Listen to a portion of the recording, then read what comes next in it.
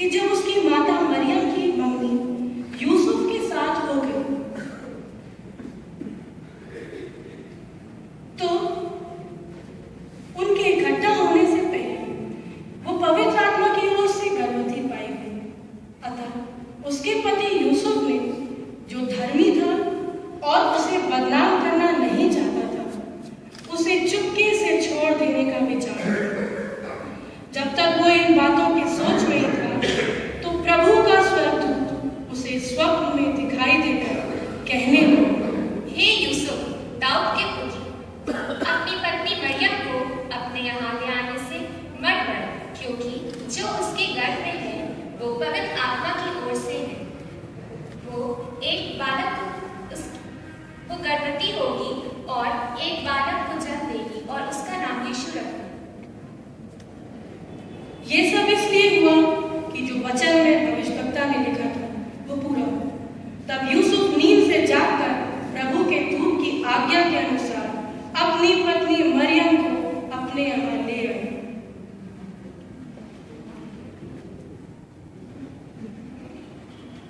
उन दिनों में अगस्तुस कैसर की ओर से आज्ञा निकली कि सारे जगत के लोगों के नाम लिखे जाएं। ये पहली नाम लिखाई थी जो उस समय हुई जब क्विरिनियुस सीरिया का हाकिम था। सब लोग नाम लिखाने के लिए अपने अपने नगर को गए। सुनो सुनो सुनो, राजा अगस्तुस कैसर की ओर से यह आज्ञा निकली है कि लोगों के नाम, नगर के लोगों के नाम लिखे जाए, और जो कोई इस आज्ञा का पालन ना करे उसको दंड मिलेगा।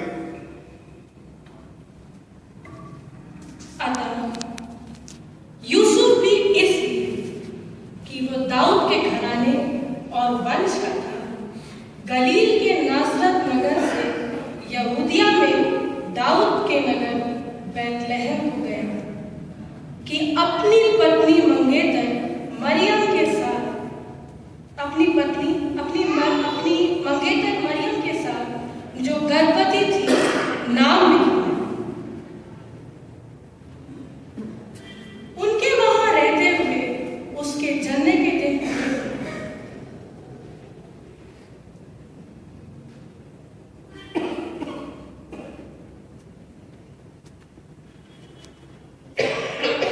आपके सराय में हमारे लिए थोड़ी जगह खाली है? नहीं भाई, मेरे सराय में कोई जगह खाली नहीं। चलिए ठीक।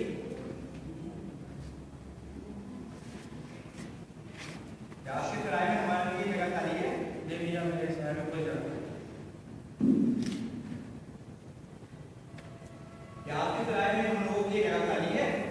नहीं भाई, मेरे सराय में तो आपके लिए कोई जगह खाली नहीं। अरे देखिए थोड़ी बहुत हो।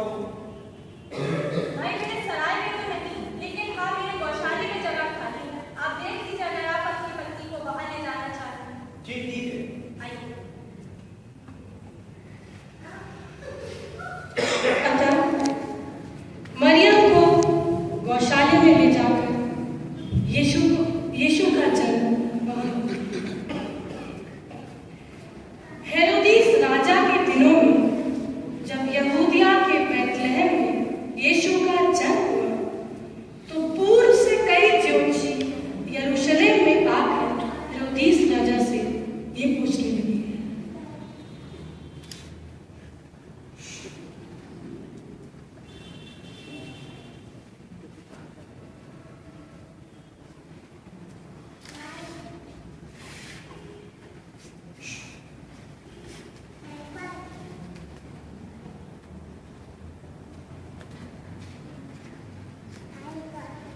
यहूदियों का राजा जिसका जन्म हुआ है कहाँ है?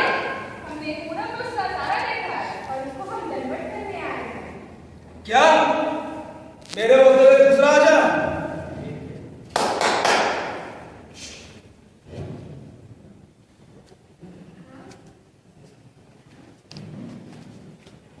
जाओ और उसके बारे में पता लगाओ।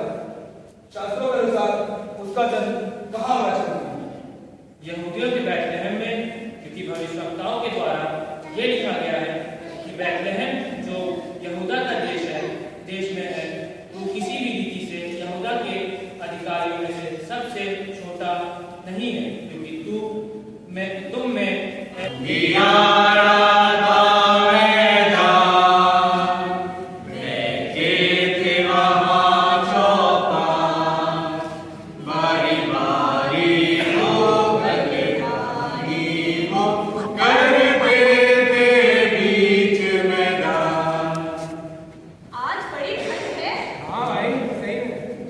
कुछ और रखकर डालो आग में। और प्रभु का एक दूत उनके पास आ खड़ा हुआ। डरो मत, क्योंकि देखो मैं तुम्हारे लिए बड़े आनंद का सुसमाचार सुनाता हूँ, जो सब लोगों के लिए हो, कि दाऊद के नगर में तुम्हारे लिए एक उद्धारकर्ता जन्मा है, और वही परमेश्वर प्रभु और वही पर मसीह यीशु है। तुम उसे कपड़े में लिपटा और चरनी में पड़ा पाओगे।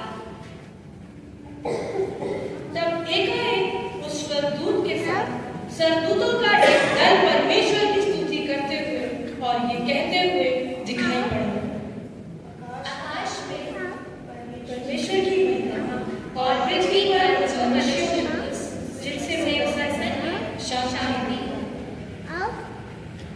तब स्वर्गदूत उनके पास से स्वर्ग को चले गए, तो गरणियों ने आपस में कहा, चलो हम भी चले, उस राजा को दंडवत करने के लिए चले। चलो चलो चलो चलो चलो चलो।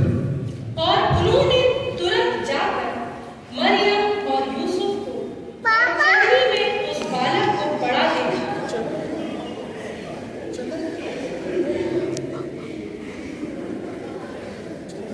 इसी प्रकार यीशु मसीह का जन्म बैतलहम के गौशाले में हुआ।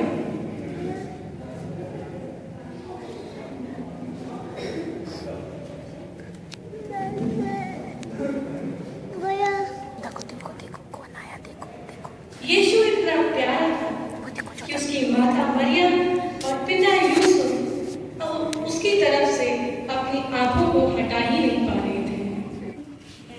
यीशु दिल से प्यार करता तुझको, निगाह करके आसमान से सुबह तक हाफिज़ हूँ।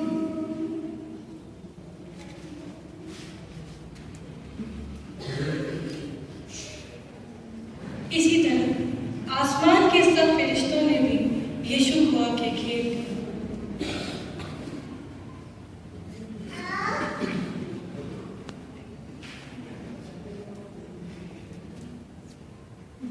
और गरणिये, उनकी तो खुशी का कोई ठिकाना ही नहीं था। यीशु के जन्म के बाद खुशी के मारे वो एकदम भूले नहीं सके।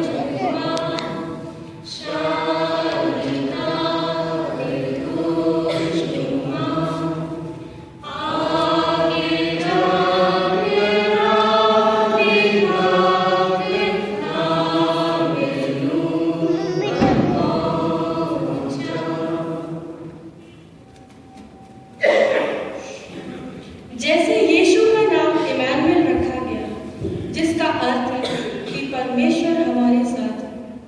जो खाली स्थान आदम और हवा के कारण मनुष्य और प्रभु के बीच हुआ था, वो भर जाए। आइए अपने दिलों को खोलें इस क्रिसमस पे। परमेश्वर यीशु मसीह को अपने दिल में आने दें और जो जगह खाली है उसको भर लें, ताकि हमारा और परमेश्वर का रिश्ता और मजबूत हो। We wish you a Merry